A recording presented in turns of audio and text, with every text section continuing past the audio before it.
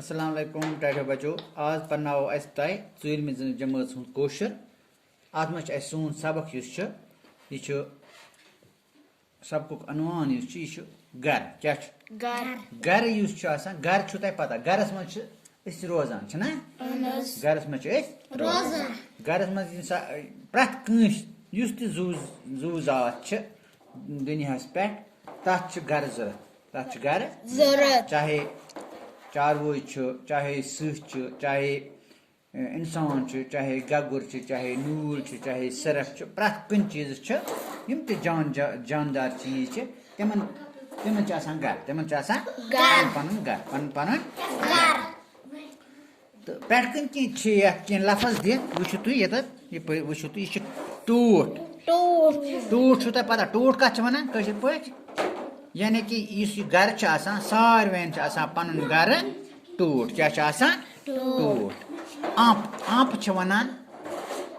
गजहस आंप कत वनान चर यह आनान चोच मज आंप कमिस खतर बच्चस खतर वज वनान लकुट जद जमीनस मज सिर्फ तथ मज तथ वन वज क्या तबेल तबेल वन ये गुर गुर ये मोर मोर जानवर मोर देवान खान देवान खान वनान ये इंसान रोजान सारनय जानदारन पन गर यम जू यम जानवर तिमन पन गर दुहस तिम और योर फेरान तो कार करान रातस गरन मज आराम करान पनुन गर प्रत कस टूट यह मोन गर यह बनकन मोन गर कौन गर तथा पन गर पन गर बुछुस मम्मी तो डैडी जानस रोजान गरस मज कुछ मम्मी डैडी बूई सारे गरस मज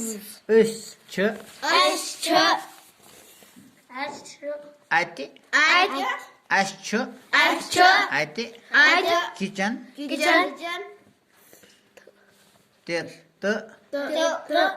देवान खान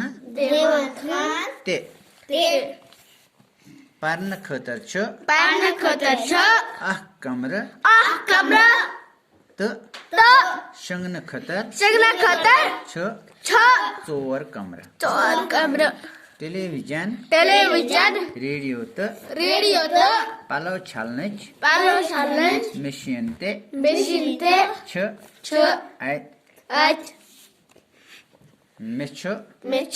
गर खुश करान जानवर रातस आलन मज रोजान यम यहद गर तम थदन कुलन पे ऊल बनावान कि जानवर दसन लरन हंदन पशन मज बजन शलन ताल ऊल बनावान आलन मज यम ठूल त्रावान ठूलो मज नेरान बच जानवर बचन आंप जवान आंप